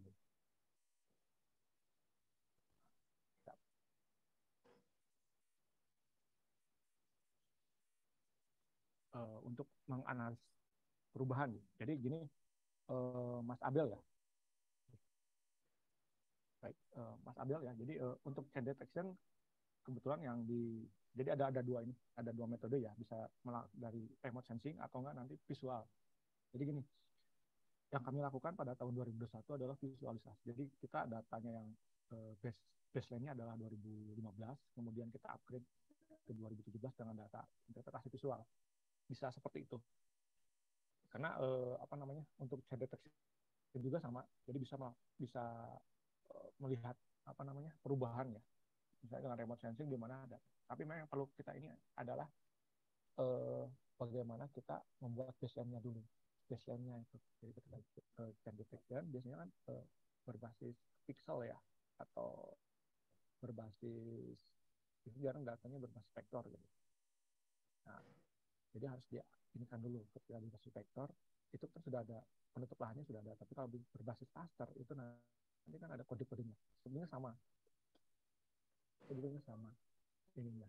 Jadi bisa dilakukan secara visual tadi ya. Jadi ketika kami melakukan baseline-nya 2015, kemudian kami analisis data spot tahun 2017 dengan data yang sama, kita lihat di mana perubahannya. Kemudian yang 2020 kita juga update lagi perubahannya di mana penutup lahannya. Misalnya di 2015 itu ada perubahan penutup lahan, misalnya ada hutan ya. Kalau yang di Lumajang itu kelihatan dia di hutan produksi sebelumnya apa ya? Damar atau apa. Jadi ada hutan produksi dia. Tapi ketika di tahun 2017 hutannya itu ada permajaan. Jadi dia bisa jadi lahan kosong. Kemudian tahun 2000 ini ada semacam sudah ada tanaman lagi tapi masih kelihatan kecil, jadi lebih kita interpretasi sebagai semak belukar atau kebun campuran. Jadi perubahan ini ya, jadi bisa menggunakan remote sensing bisa, yang penting dan bisa dilakukan dengan data tadi ya data SHP ya, maksudnya visual. Chain detection bisa, jadi kita harus pakai rumus kan kalau chain detection, di mana misalnya ada perubahan lahan A, kodenya status ya. Di tahun kedua kodenya berubah gitu kan, ketahuan di sini ada perubahannya, itu bisa juga dilakukan seperti itu. Jadi analisis ini luas ya, mau pakai perubahannya bisa seperti itu dengan remote sensing. Kalau ya remote sensing itu ya tetap kita mau pakai data set berbasis berbasis raster, kalau nggak berbasis vektor atau pakai ArcGIS. Jadi tentang itu yang penting gini, dua data ini sama ya, sama ininya lah, sama baseline-nya. Jadi jangan sampai gini, kita punya data yang terjadi gini ya, kita punya data penutup lahan di kota A ini, tapi kita bikin yang baru lagi gitu, tidak merefer ke yang baseline-nya. Nah, ini yang kemungkinan akan ada perubahan yang memang beda, karena pada tahun ini kemungkinan pihak ketiga atau yang melakukan interpretasi itu beda dengan ini. Nah, itu yang perlu kita harus hati-hati. Yang di Jakarta ini kebetulan juga karena datanya sudah ada tahun 96 penutup lahan itu sampai tahun sekarang ya. Karena tiap tahun KLHK itu melakukan melakukan inventarisasi sumber daya hutan, itu salah satunya penutup lahan, dijadikan other land use ya, kegiatan pollination itu. Nah, jadi KLHK melakukan itu dengan data perubahannya dengan data vektor, jadi bukan raster. Jadi itu Mas, jadi analisis bisa, chain detection bisa seperti itu. Bisa juga nanti ketika itu jadi vektor, kemudian kita analisis ya perubahannya di mana, bisa melakukan dengan data overlay dengan data pivot. Mungkin di Nusewu ya, mungkin data di SIG ya, pasti ya praktikum SIG mungkin teman-teman sudah bisa melakukan itu ya. Itu Mas Abel ya, kalau ya bisa juga seperti itu. Jadi mendeteksi perubahan pada tutupan lahan bisa menggunakan teknologi dengan jauh dengan analisis dan detection bisa. Jadi itu jawaban dari saya. Terima kasih Bu Lia, mungkin saya kembalikan ke Bu Lia. Baik, terima kasih atas penjelasannya. Semoga bisa memberikan ilmu ya Pak. Ya Abel ya untuk kita. Baik, selanjutnya ada Alvina Novelinda Kusuma dengan NIM M08210006, izin bertanya kepada Pak Arief, dalam menggunakan data tunggal dari tutupan lahan memungkinkan untuk memetakan wilayah yang cukup luas seperti skala global maupun regional.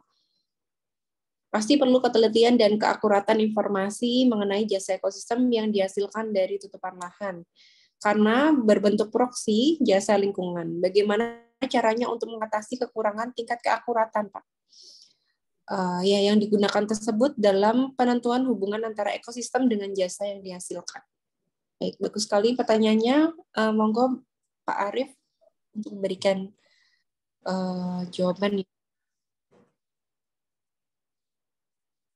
Data tunggal memungkinkan untuk memetakan wilayah yang cukup luas ya, secara global maupun regional. Betul. Tapi memang yang menjadi kendala gini ya, kalau kita bicara tingkat keakuratan ya, untuk data yang lebih luas memang kita bicara data skala banding 250.000 kan lebih banyak ke generalisasi ya. generalisasi dalam artian ketika kita mendelineasi di skala 50.000 sawah ya, mungkin ada permukiman juga yang masuk. Tapi kalau kita bicara di skala 50.000 atau 25.000, sawah itu sudah di kota-kota aja, ada sawah sendiri, nanti ada permukiman sendiri. Jadi kalau kita bicara yang global, memang tingkat akuratannya memang kalau kita bicara skala pasti tingkat akuratannya rendah dengan skala yang global tadi ya.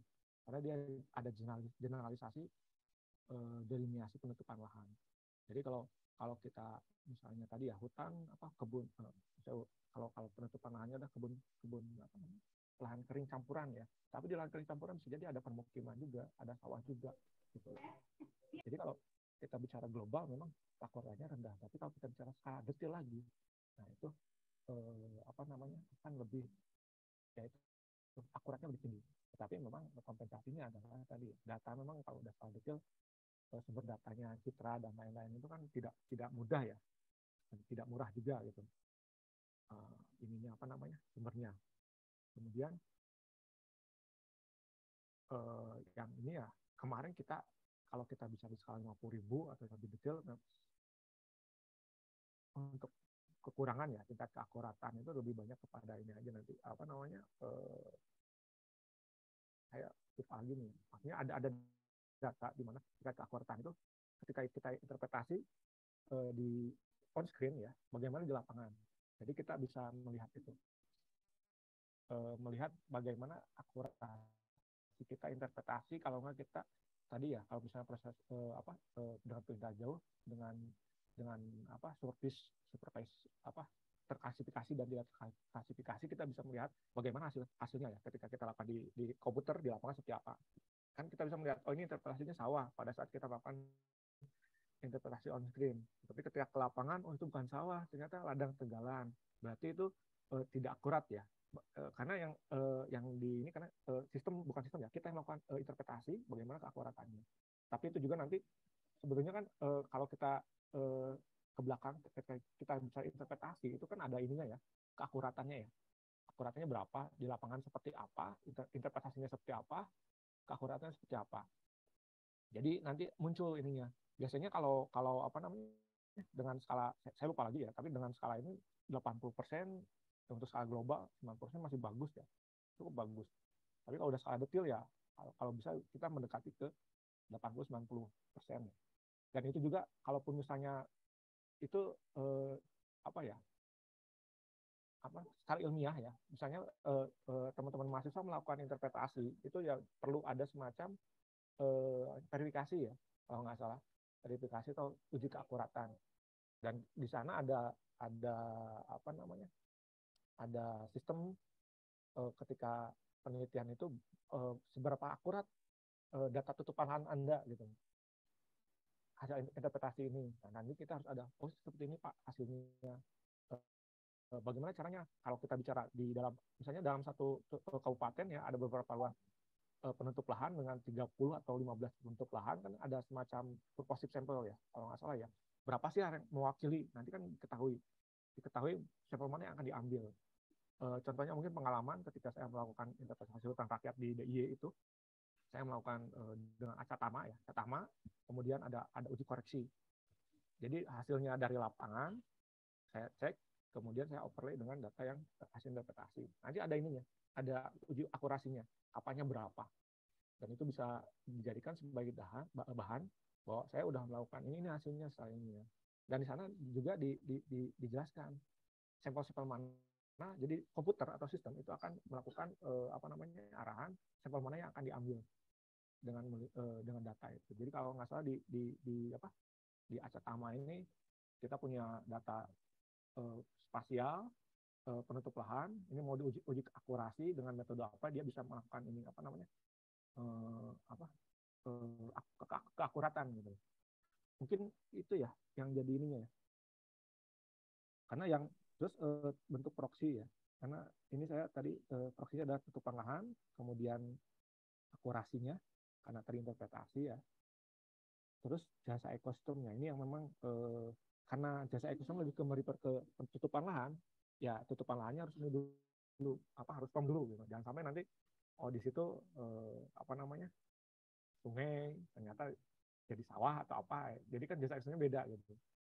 Itu yang nanti makanya perlu ada uji akurasi itu satu, kita ke lapangan untuk melakukan verifikasi data pada saat kita setelah melakukan interpretasi. Maka Bu Lia, mungkin jawaban dari saya. Terima kasih. Baik, terima kasih Bapak atas pertanyaan, atas jawaban yang kedua gitu ya. Masih ada dua lagi. Baik, silakan saya bacakan. Muhammad Irfan Rahmadana dengan M0821050 izin bertanya, Pak. Didukung dan daya tampung dengan hidup merupakan kemampuan dengan hidup untuk mendukung kehidupan manusia, makhluk hidup lain, dan keseimbangan antar keduanya. Dilihat dari sisi ketersediaan, konsep daya dukung secara umum melihat karakteristik wilayah potensi sumber daya alam yang ada di suatu wilayah. Sedangkan dari sisi kebutuhan, yaitu dengan melihat kebutuhan manusia dan makhluk hidup lainnya dan arahan kebijakan prioritas suatu wilayah. Bagaimana hubungan pengaruh antara karakteristik ekoregion dengan pola pemanfaatan ruang atau kelas tutupan lahan, Bapak?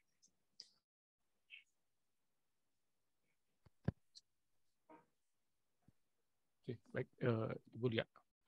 Bagus sekali ini pertanyaannya ya. Jadi bagaimana hubungan pengaruh antara karakteristik ekoregion dengan pola pemanfaatan ruang atau kelas tutupan lahan. Jadi memang kadang satu sisi ini ya, kita bicara karakteristik ekoregion juga mempengaruhi pola pemanfaatan ruangnya ya. Jadi tadi ada apa namanya? Ada konsep di mana sawah ya, ketika dia di dataran fluvial mungkinnya subur ya. Jadi ada pemanfaatan biasanya ada intensivitas pemanfaatan lahan pertanian intensif karena lahannya subur gitu loh. Karena karakteristik ekoregionnya dataran fluvial dengan kondisi tanah ya, umumnya dia kesuburannya tinggi ya. Jadi sehingga ketika bicara kesuburan tinggi, orang berbondong-bondong untuk melakukan pertanian yang intensif, bagaimana produktivitasnya tinggi gitu. Jadi satu sisi itu ya. Jadi kebutuhan ketika bicara potensi tadi ya, orang melihat oh ini lahan ini datar bisa dijadikan lahan apa namanya pertanian.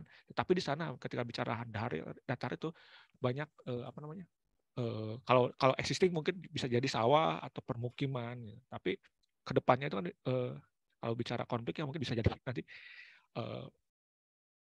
lahan-lahan pertanian subur itu yang terjadi ketika kami penelitian di jalan tol yang ada di Pantura itu ya dijadikan jalan tol gitu kan. Jadi kalau kita bicara kebutuhannya, apakah yang kebutuhan secara ini pertaniannya apa aja?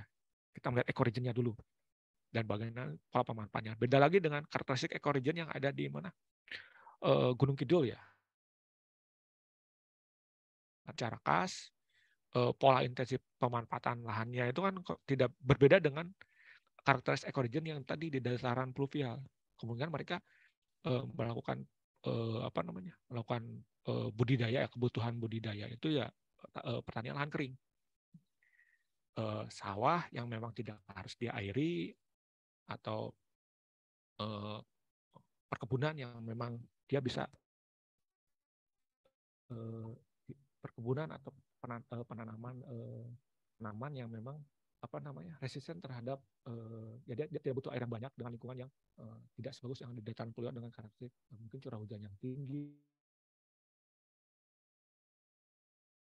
Ketika melihat itu ya dari sisi kebutuhan, kemudian dari karakteristik ekoregion ada pola pemanfaatannya. Memang ada pengaruhnya, Mas Irfan ini. Jadi kita bicara tadi ya fluvial pasti dataran rendah, suburannya tinggi. Ada kebutuhan manusia untuk melakukan melakukan pola pemanfaatan ruang. Yaitu ya tadi pertanian. Pertaniannya apa? Pertanian lahan intensif. Misalnya intensif sebenarnya kayak sawah ya. Sawah karena kan dia diolah terus. Beda lagi dengan yang di mana? Yang di daerah Gunung Kidul. Itu sebagai contohnya aja. Jadi kalau kita melihat ada hubungannya, pasti itu aja. Jadi kebutuhan memang beda lagi ketika karakteristik wilayahnya di mana di daerah yang memang kering dia beda lagi ininya pola pemanfaatan ruangnya. Jadi itu yang bisa saya jawab mungkin. Katakan Bu Lia, ya, kembalikan ke Bu Lia. Terima kasih. Terima kasih Bapak. Sudah dijawab deh pertanyaan ketiga. Selanjutnya masih ada 2 pertanyaan lagi Bapak ya. Masih 2 pertanyaan terakhir. Yang keempat, saya Aida Firdaus dengan NIM M08201227 izin bertanya terkait adanya perbedaan dalam metode scoring tadi, disebutkan ada metode AHP dan scoring dengan 6 pakar, yang hasilnya dapat diketahui tren terkait D3TL.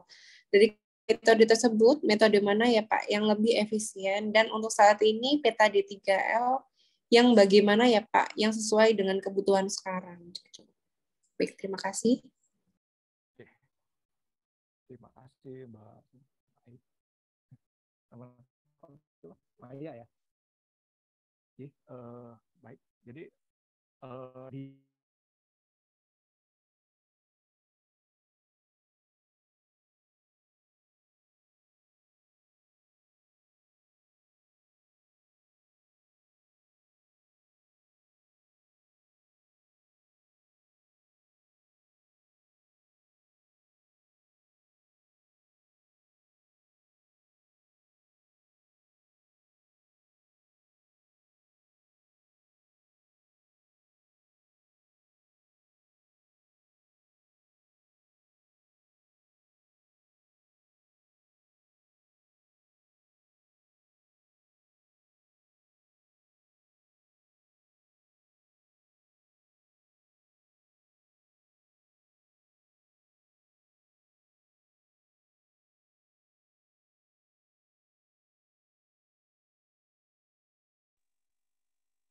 Baik, sepertinya terputus ya, terlempar kembali Pak Arifnya. Jadi kita tunggu sebentar, masih 2 pertanyaan lagi. Ya, untuk tadi 5 mahasiswa yang bertanya, ya. Jadi terima kasih sudah mengajukan pertanyaan. Jadi tidak diwajibkan untuk mengumpulkan tugas review. Nanti di akhir dari acara ini kita akan foto bersama, nanti bisa on cam sebentar ya. Nanti mungkin Dava bisa minta tolong untuk record-nya. Oke, kita tunggu sebentar.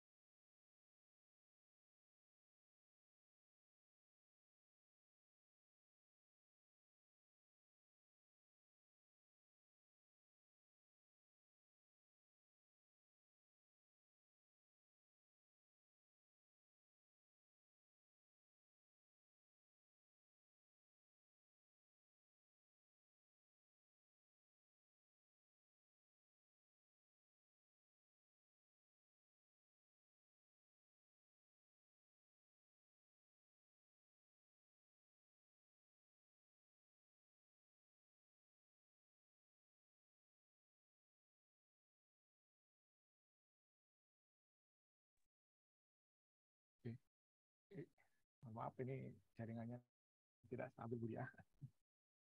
Gabung lagi ya. Kembali ke pertanyaan tadi ya. Jadi AHP ya dengan scoring 6 pakar itu sebetulnya ada kelebihan kelemahan. Tapi saya melihat ke scoring yang terbaru sebenarnya. Karena kalau AHP tadi ya kelemahannya karena dia melihat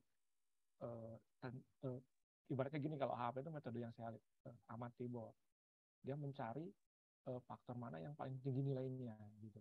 Tetapi kalau kita scoring tadi median kan lebih seimbang, ada yang datanya sama gitu. Jadi kalau kita emang air, tubuh air misalnya danau dengan sungai ya sama dia, penyedia air pasti nilainya 5. Tapi kalau udah AHP itu pasti ada, kalau kita bicara AHP pasti ada penurunan ini. Ada salah satu yang nilainya tinggi. Dan pangan mungkin tinggi ya, sawah. Tetapi yang paling ada juga yang kebun mungkin ladang tuan bisa jadi sama dia penyedia pangan juga gitu. Jadi itu yang